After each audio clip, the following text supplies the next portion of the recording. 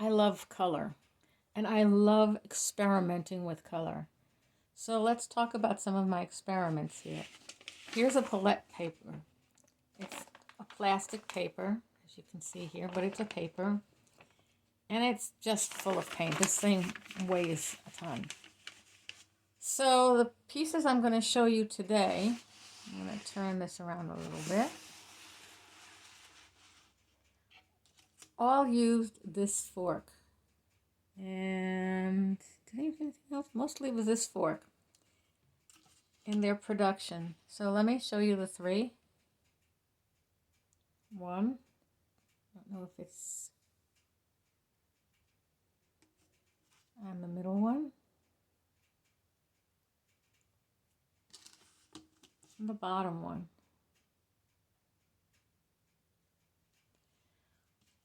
Now, all of them were experiments not just in color, but in texture. And they didn't take a long time because they're very small. I really like this one. This reminds me of opals. You know, the mineral opal, because of this kind of odd effect of there being this white creamy sort of color, but it's infused with a kind of a greenish color and a sort of a red. But I think what really makes it is the texture.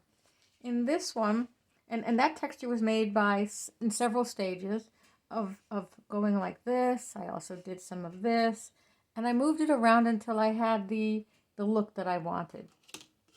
In this case, I started by taking the canvas and smashing it down on bits of color that I had put on here. You can't see them anymore because they're covered up by other things. And then I took this tool and I went plop, plop, plop, plop. Put some color on it, put the color where I wanted it. And I just kept working it until it came out looking like what I wanted it to look like, or what seemed right to me.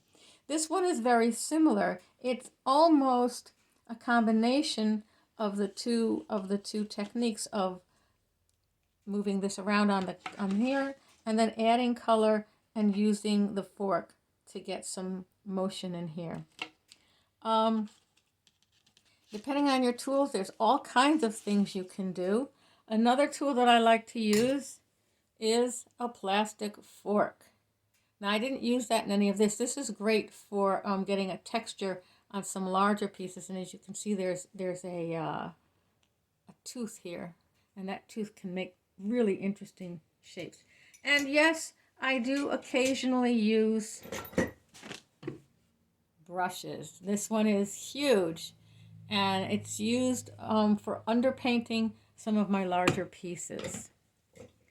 And I have a lot of brushes because you never know what kind of effect you want to get. Now, of these three, actually, none of them are the magnetic kind.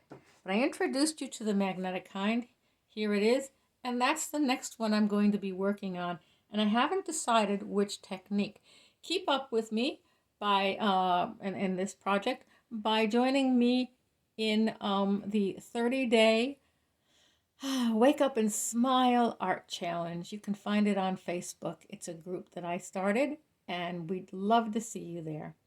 Have a wonderful day and keep smiling when you can, even if it's fake. Bye-bye.